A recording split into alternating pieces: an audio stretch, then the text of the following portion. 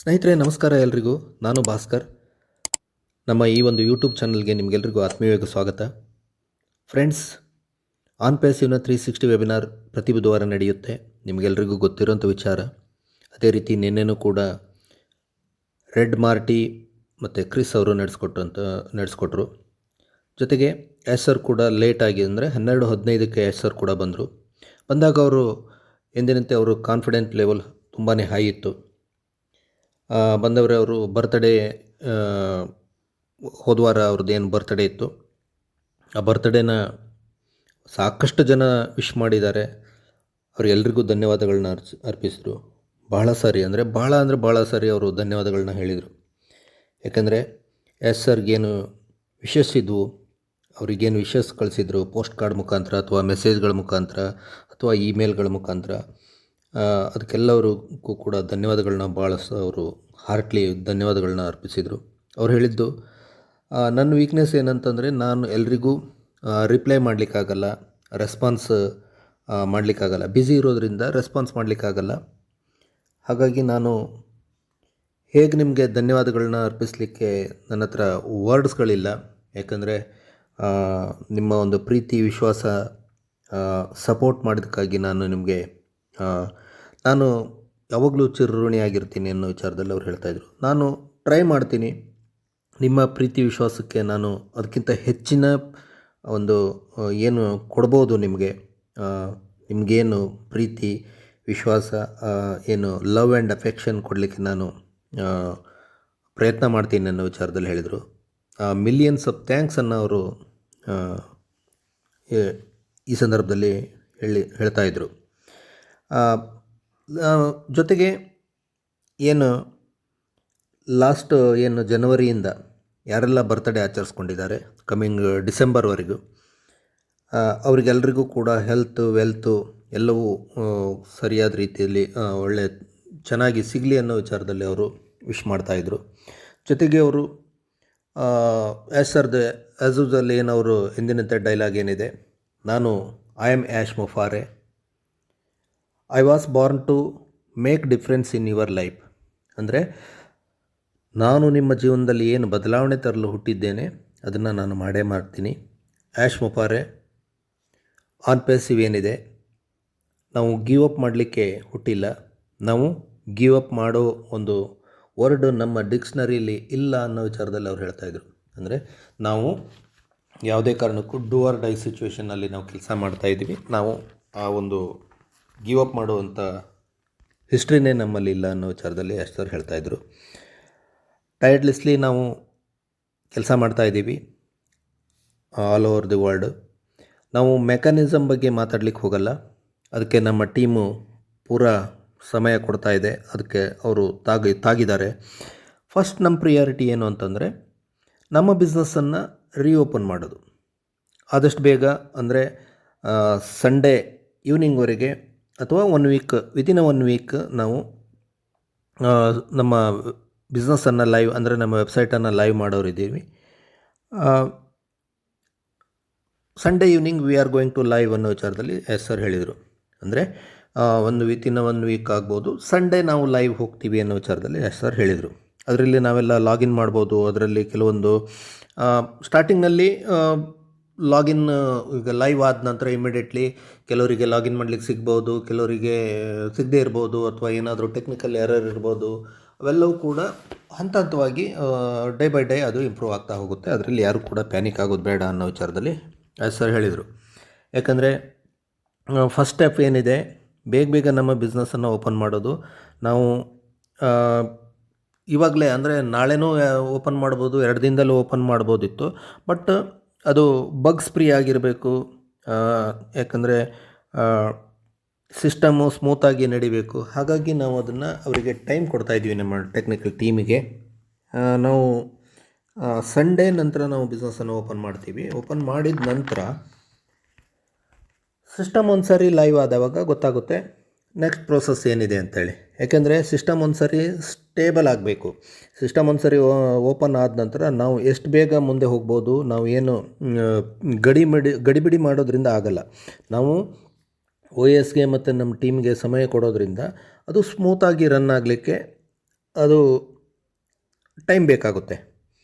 ಅದು ಲೈವ್ ಆದ ನಂತರ ಒಂದು ದಿನ ಆಗ್ಬೋದು, 2 ದಿನ ಆಗ್ಬೋದು, ಅಥವಾ ಒಂದು ವೀಕಲ್ಲಿ ಅದು ಲೈವ್ ಸ್ಮೂತಾಗಿ ಆಗುತ್ತೆ. ಆವಾಗ ಬಗ್ಸ್ ಫ್ರೀ ಎಲ್ಲವೂ ಕೂಡ ನಮಗೆ ದಿನಕ್ಕೆ ಅದು ಸೆಟ್ ಆಗ್ತಾ ಹೋಗುತ್ತೆ. ಯಾಕಂದರೆ ವೆಬ್ಸೈಟ್ ಒಂದು ಸರಿ ಲೈವ್ ಆದ ನಂತರ ಅದಕ್ಕೆ ಟೈಮ್ ಬೇಕಾಗುತ್ತೆ.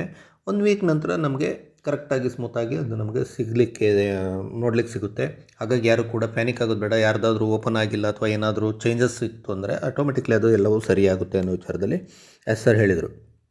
ಪರ್ಫೆಕ್ಟಾಗಲಿ ರನ್ ಆಗಲಿಕ್ಕೆ ವಿತೌಟ್ ಎನಿ ಲೀಕೇಜ್ ನಮಗೆ ಪರ್ಫೆಕ್ಟಾಗಿ ಸಿಗುತ್ತೆ ಅನ್ನೋ ವಿಚಾರದಲ್ಲಿ ಎಸ್ ಸರ್ ಹೇಳಿದರು.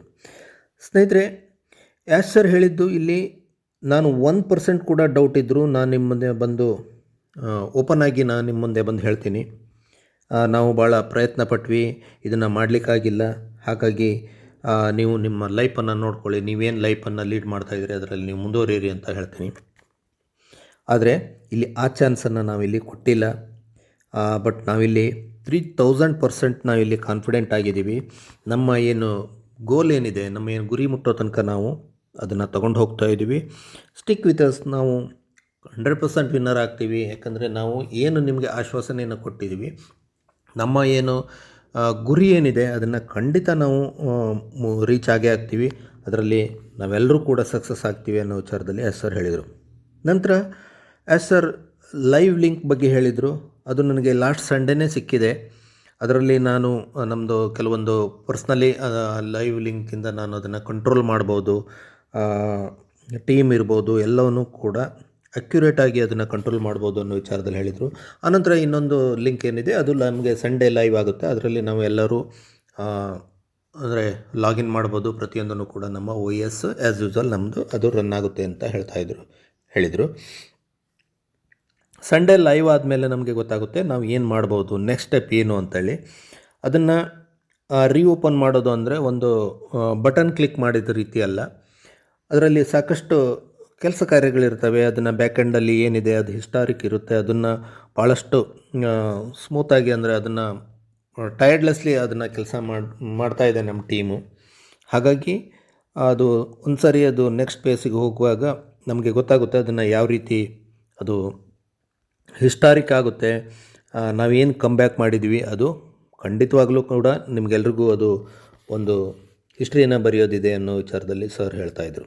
ಅಂದರೆ ನಿಮಗೆಲ್ಲ ಈ ಒಂದು ಕಂಪನಿ ಹೇಗೆಲ್ಲ ಸರ್ವೈವ್ ಮಾಡಿದೆ, ಹೇಗೆಲ್ಲ ಸಸ್ಟೈನ್ ಮಾಡಿದೆ, ಒಂದು ರಿಮಾರ್ಕೆಬಲ್ ವರ್ಕ್ ಮಾಡಿ ನಾವು ಇದನ್ನು 100% ಇದನ್ನು ತೊಗೊಂಡು ಬರೋರಿದ್ದೀವಿ. ನಾವು ಇದನ್ನು ಜಗತ್ತಿಗೆ ತೋರಿಸೋರಿದ್ದೀವಿ. ಬರುವಂಥ ದಿನದಲ್ಲಿ ನೀವೆಲ್ಲ ಏನು ಪ್ರೌಡ್ ಫೀಲ್ ಮಾಡ್ತೀರಿ ಅನ್ನೋ ವಿಚಾರದಲ್ಲಿ ಎಸ್ ಸರ್ ಹೇಳ್ತಾಯಿದ್ರು. ಬೇರೆ ಯಾವುದೇ ಕಂಪ್ನಿ ಆಗಿದ್ದರೆ ಇಷ್ಟೊತ್ತಿಗೆ ಆಗಲಿ ಓಡಿ ಹೋಗ್ತಿತ್ತು. ಯಾಕಂದರೆ ನಮಗೆ ಕೊಟ್ಟಂಥ ಒಂದು ಏನು ಟ್ರಬಲ್ ಇರ್ಬೋದು ಅಥವಾ ಏನು ಟಾರ್ಚರ್ ಇರ್ಬೋದು, ಇವೆಲ್ಲ ನಾವು ಸಸ್ಟೈನ್ ಮಾಡಿ ಅದನ್ನ ಸರ್ವೈವ್ ಮಾಡಿ ಮುಂದೆ ಬಂದಿದ್ದೀವಿ.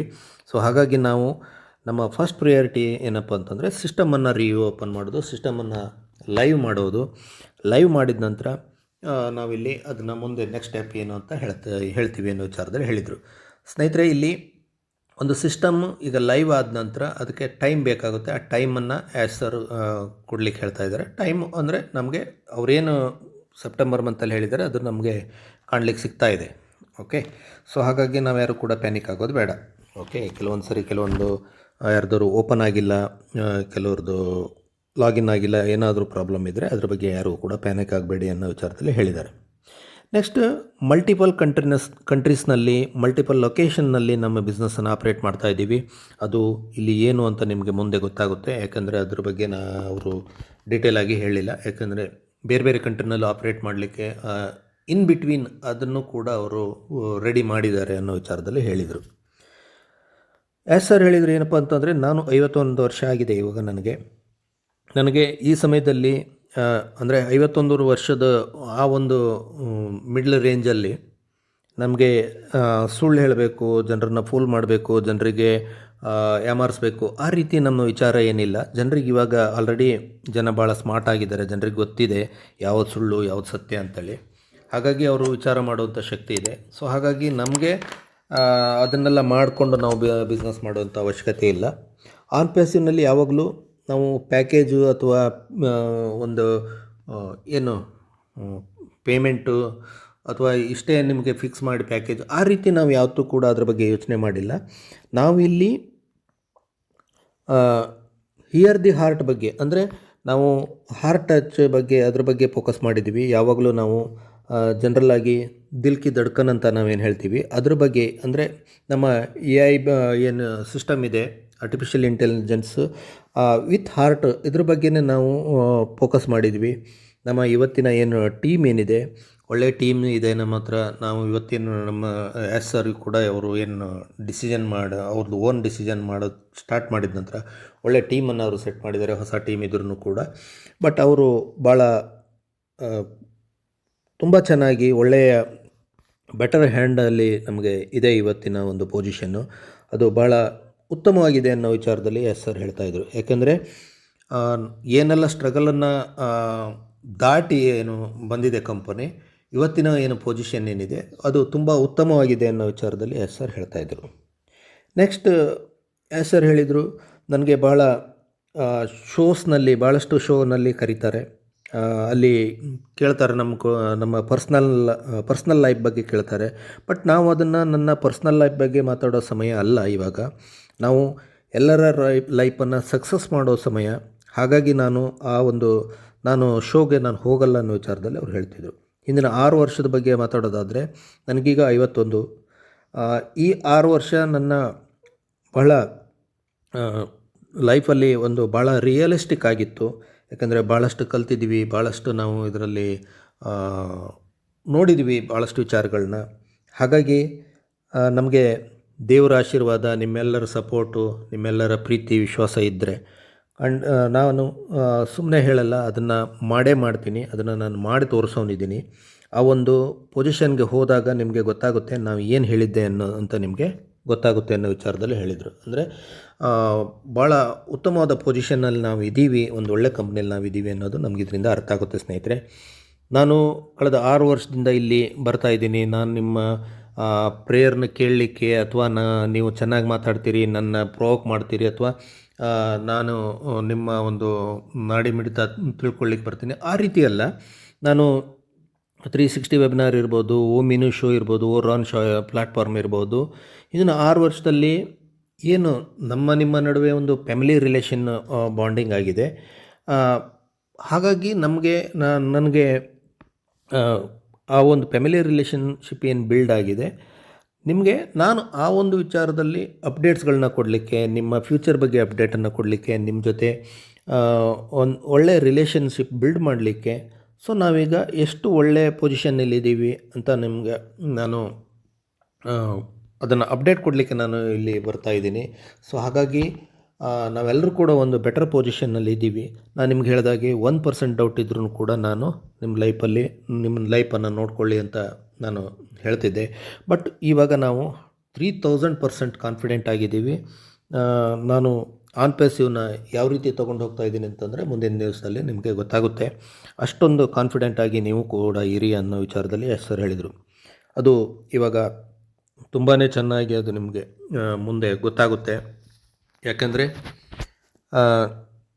ನೆಕ್ಸ್ಟ್ ಫೇಸ್ಗೆ ಏನು ನಾವು ಹೋಗ್ತಾ ಇದ್ದೀವಿ, ನಮ್ಮ ಸಿಸ್ಟಮ್ ಲೈವ್ ಆದ ನಂತರ ನಾವೇನು ನೆಕ್ಸ್ಟ್ ಫೇಸ್ಗೆ ಹೋಗ್ತಾ ಇದ್ದೀವಿ, ಅದು ಯಾವ ರೀತಿ ಅಂತ ಡಿಸೈಡ್ ಮಾಡ್ಬೋದು. ಯಾಕಂದರೆ ನಾವು ನೆಕ್ಸ್ಟ್ ಫೇಸಿಗೆ ಹೋಗುವಾಗ ಒಂದು ಸಿಸ್ಟಮ್ಮು ಲೈವ್ ಆದ ನಂತರನೇ ಗೊತ್ತಾಗುತ್ತೆ, ಅದು ನೆಕ್ಸ್ಟ್ ಫೇಸ್ನಲ್ಲಿ ರಿಯಲ್ ಟೈಮ್ನಲ್ಲಿ ಅದು ಏನಾಗ್ತಾ ಇದೆ ಅನ್ನೋದು ನಮಗೆ ಗೊತ್ತಾಗುತ್ತೆ ಅಲ್ಲೇ ನೆಕ್ಸ್ಟ್ ಫೇಸಲ್ಲಿ ನಾವು ಹೋಗಲಿಕ್ಕೆ.